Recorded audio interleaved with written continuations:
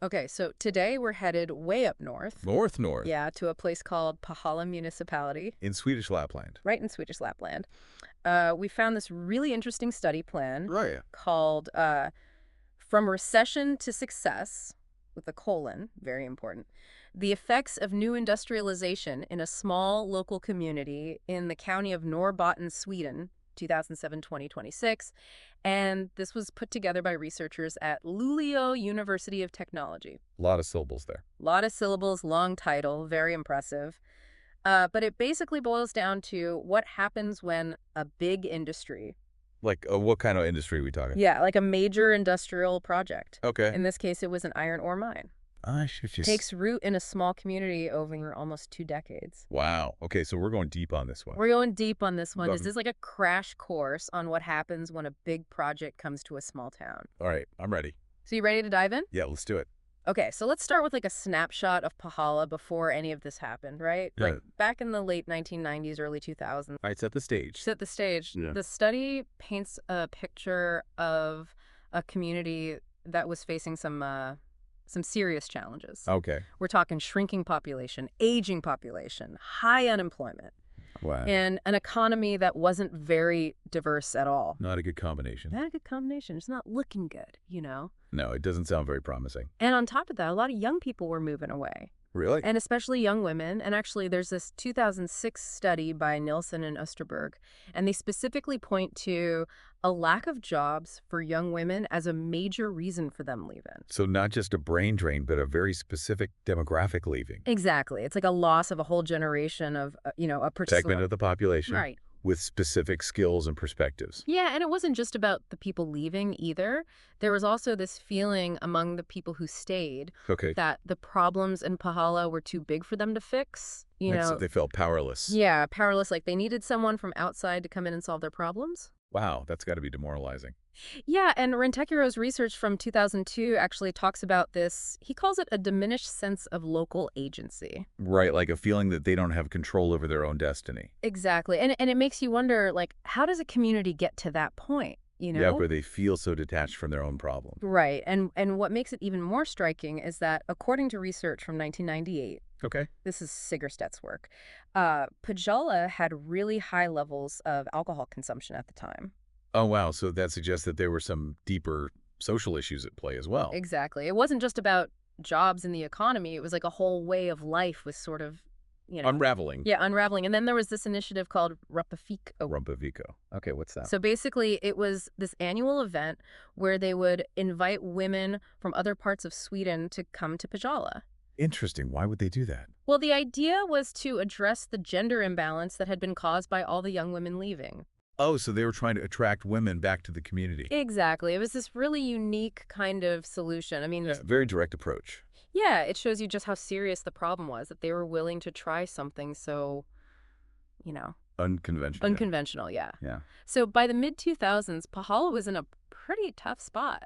Yeah, painting a bleak picture here. Bleak picture, but then everything changed in the fall of 2007. Okay, what happened? A company called Northland Resources announced plans to build a massive iron ore mine in the area. Really? So they were going to bring in a huge industry. Huge industry, and just like that, the whole narrative around Pahala flipped. So from decline to boom. Yeah, suddenly they went from a town with no future to a town full of potential. Wow, that's a dramatic shift. It was dramatic, and it wasn't just talk either right away. They started developing infrastructure near Konasvara. Konasvara, remind me, where's that? It's about 25 kilometers north of Pahala town center.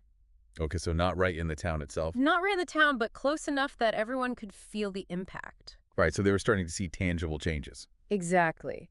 And this initial phase created a bunch of new jobs, and not just any jobs. These were good, well-paying jobs.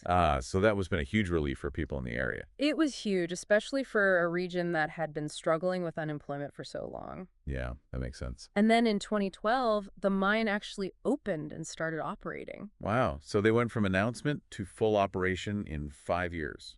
Yeah, that's pretty quick for a project of that scale. It is. And how did that impact the community? I mean, were people coming back? Yeah, actually, the study mentions that people who had been commuting to other mining towns like Kiruna and Gällivare, I've heard of those towns. yeah, they're big mining centers. Right. And some people from Pajala had been going there for work every week. Wow, so they were living away from their families. Yeah, but when the mine opened in Pajala, they were able to come back and work closer to home. Ah, so it brought families back together. It did, and it also brought more skilled workers back to Pajala. Right, so the community was benefiting in multiple ways. Exactly. And to manage all the workers they needed for the mine, they implemented this drive-in, drive-out system. Drive in, drive out. What's that? So workers would typically work for 7 days straight. Okay, a full week. A full week, then they'd have a week off. All right, so like a rotating shift. Yeah, and a lot of these workers were coming from other towns and villages. So they drive in on Sunday, work all week, and then drive back home for their week off. Exactly. And during their work week, they'd stay in different types of housing in or near Pahala. Interesting. So that would bring a lot of economic activity to the town. It did, but it also had some social impacts. Right. Like how did this influx of temporary residents affect the community?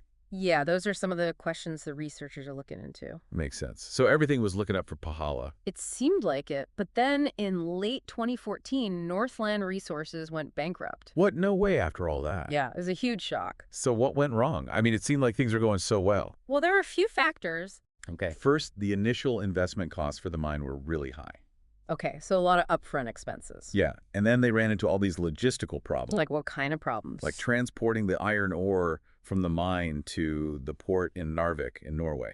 Right, so getting the product to market. Exactly. They had to use trucks and trains, and it was just really complicated and expensive. Ah, I see. So the logistics were a nightmare. Yeah, and on top of all that, the global price of iron ore dropped significantly. Oh, so bad timing. Really bad timing. So suddenly their operation wasn't profitable anymore. So it wasn't sustainable. Not at all, and they had to shut down. Wow, what a blow for the community. It was devastating. The study actually mentions this torchlight procession that people held in Palala after the closure. Oh, wow, a torchlight procession. That's powerful imagery. It is, and the municipal commissioner at the time said something about the town facing a return to darkness. Oh, man, that's heavy. Yeah, it really captures the sense of, despair and uncertainty that people Yeah. felt. Yeah, like all their hopes and dreams had been crushed. Exactly, but the story doesn't end there. Okay, there's more. There's more. So after Northland Resources went bankrupt, Right. there was this long period of reconstruction, Okay. and eventually a new company emerged called Kaunas Iron. Countess iron. So they took over the mine. They did, and they actually got support from both the regional and national governments. Interesting. So why do you think they were willing to invest in the mine again after the previous company failed? Well, there were a few reasons. Lay 'em on me. First, the iron ore deposits were still there, and they were still really valuable. Okay, so the resource itself was still viable. Yeah, and a lot of the infrastructure that Northland Resources had built was still in place. Right, so they didn't have to start from scratch. Exactly, and they also had all the necessary permits and licenses. So they could get up and running more quickly. Yeah, and maybe most importantly, there were a lot of skilled workers in the area who were ready to come back to work. Ah, so they had a pool of experienced labor to draw from. Exactly, so Kaunas Iron had a much stronger foundation to build on than Northland Resources did. Okay, so it wasn't just a blind leap of faith. They had some good reasons to be optimistic. Yeah, and in July 2018, they restarted mining operations. Wow, so the mine was back in business? Back in business, and of course that brought a lot of optimism back to Pahala. Right, I bet people were relieved. They were, but the study also points out that this new phase brought its own set of challenges. Okay, like what kind of challenges? Well, mainly for the municipality itself. Okay, so on the government side. Yeah, like they had to figure out how to manage the demands of a growing population. Right, because the mine brought in more workers. Exactly. But the tricky part was that a lot of these workers were still officially registered as residents in other municipalities. Oh, so they were living in Pahala, but not officially counted as residents. Yeah, so they were using all the local services like schools, healthcare, even just basic things like water and sewage. Right, they're part of the community. But Pahala wasn't getting the tax revenue from them because they weren't officially residents. Ah, so that creates a financial strain. A big one because the demand for services was growing much faster than the official population count. Right, so they were basically providing services for more people than they were getting funding for. Exactly. And that made it really tough for them to plan for the future. Yeah, like how do you invest in long-term infrastructure when you don't know how many people you'll actually need to serve? Right. And they also needed to think about things like attracting more permanent residents. Yeah, to build a more stable tax base. Exactly. But they didn't have the immediate funds to invest in the kinds of things that would attract people. So it was like a catch-22. Totally. And all of this led to some pretty heated debates within the municipality, Oh, like about what? like how to allocate the limited resources they had. Okay, so like who gets what? Yeah, some people wanted to focus on expanding infrastructure and services in the main town of Pahala. Right, because that's where the most immediate growth was happening. Exactly, but others felt that the smaller villages were being neglected. So there was a rural versus urban divide. Yeah, and it got pretty intense. Wow. So this economic boom was creating social and political divisions. It was, and it even led to a split within the local Social Democratic Party. Really? So it was affecting the political landscape as well. Yeah, it was a big deal, and by 2024, the municipality was facing a serious budget deficit. So they were spending more than they were taking in. Yeah, and eventually the municipal commissioner resigned. Wow. So it had real political consequences. The study actually describes Pahala's situation as a boom economy. A boom economy, but with a catch. Yeah, with a big catch because the population growth they expected didn't really happen. The boom wasn't sustainable. Not in the long run, and that created all these financial and social pressures. Yeah, it's like a cautionary tale. In a way it is, but it's also a really complex story. Absolutely. There are so many layers to it. Yeah, and that's what this research project is trying to unpack. All right, so let's talk about this study itself. Yeah. What are the researchers hoping to learn from all this? Well, their main goal is to understand how industrial investment impacts a small community. Okay, so like the big picture impacts. Yeah, they want to see how things like social cohesion, the relationships between people, Right. and the values and attitudes of the community have been shaped by the mine. That's interesting. Like, how has this industry changed the way people think and interact? Exactly, and they've come up with 5 specific research questions to guide their work. 5. Okay, so this is a pretty comprehensive study. It is. The first question is all about how demographic trends, economic conditions, and local welfare have been affected. So like the basic nuts and bolts of how the community has changed. Exactly. The second question looks at shifts in value systems and social status. So like how has the mine affected the power dynamics within the community? Right. And the third question focuses on how young people's perceptions of career opportunities have evolved. So like, are young people more likely to see their future in Pajala now than they were before? Yeah, that's what they're trying to find out. Makes sense. And what about the fourth question? The fourth question is all about new social challenges that have emerged. Like what kind of challenges? Well, things like crime rates, substance abuse, those sorts of things. Okay, so they're looking at the potential negative consequences as well. Yeah, they want to get a full picture of the impacts, both good and bad. That's important to have a balanced view. And the fifth and final question looks at the long-term implications of these changes. So like, what's the future hold for Pahala? Exactly. They want to see if these changes are sustainable or if there are more challenges on the horizon. So it's about the big picture, long-term trajectory of the community. Yeah, and they're using all sorts of academic frameworks to help them analyze these complex changes. Like what kind of frameworks? Well, they're drawing on human work science and rural studies. Okay, so looking at the relationship between work and community in a rural context. Exactly. And they're also using theories of globalization. Right, because Pashala is part of a global economy now more than ever. Yeah, and they're looking at concepts of mobility and inclusion. So like, how do people move in and out of the community, and how are different groups integrated or excluded? Exactly, and they're paying close attention to gender dynamics. Especially in an industry like mining that has traditionally been very male-dominated. Yeah, they want to see how the mine has affected gender roles, both in the workplace and in the wider community. That's really interesting. And what about intergenerational relations? Yeah, they're interested in how different age groups have experienced these changes. Right, because the older generation would have a very different perspective than the younger generation. Exactly. And then finally, they're using community studies to understand how the social fabric of Palala has evolved. So they're looking at the community as a whole and how it's changed over time. Exactly. And they even mention some famous thinkers like Giddens Bauman and Rosa. Those are big names in sociology. Yeah, they're trying to bring in some really deep theoretical perspectives to help them understand what's happening in Pahala. So it's not just a descriptive study. They're really trying to get at the underlying causes and consequences of these changes. Exactly. And they're also paying attention to the differences between generations. Like I said before, the older generation would have a different view of the mind than the younger generation. Right. They want to see if there are any clashes in values or if younger people are more optimistic about the future. Makes sense. And what about gender roles? Have they noticed any changes there? Yeah, they're looking at how the mine has affected traditional gender roles, both in the workplace and in the family. That's a really important aspect to consider. It is, and they even talk about conversion strategies. Conversion strategies, what's that? It's basically how people adapt their skills and their identities in response to these new economic realities. Oh, interesting. So, like, how have people had to reinvent themselves to fit into this new economy? Exactly. That's a big part of what they're studying. So this current research is building on some previous work, right? Yeah, Luleo University of Technology actually did a baseline study back in 2008. 2008, so before the mine really got going. Exactly. They wanted to get a snapshot of Pahala before everything changed. Smart move, so they have a point of comparison. Right. And then they did another study in 2019 and 2020 after the mine reopened under Conus Iron. Ah, so they can track the changes over time. Yeah, and see how things have evolved. And did they find anything interesting in those earlier studies? Yeah, they noticed a sort of cyclical pattern of optimism and decline. Oh, like a roller coaster. Kind of like that. Yeah, so this current study is like the next chapter in that story.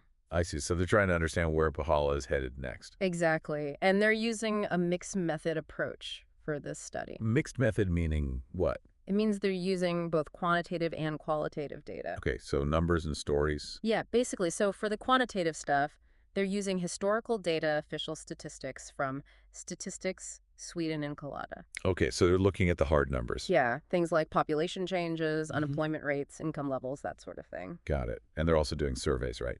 Right. They're planning to replicate some of the questions from the earlier studies in 2025 so they can track trends over time. Smart. And what about the qualitative side? What are they doing there? So they're doing a lot of in-depth interviews with people from all walks of life, Like who? like young people, older residents, commuters who work at the mine, business owners, local officials. Wow, so they're getting a really diverse range of perspectives. Yeah, they want to understand how the mine has affected people's lives in different ways. Makes sense. And are they doing any focus groups or workshops?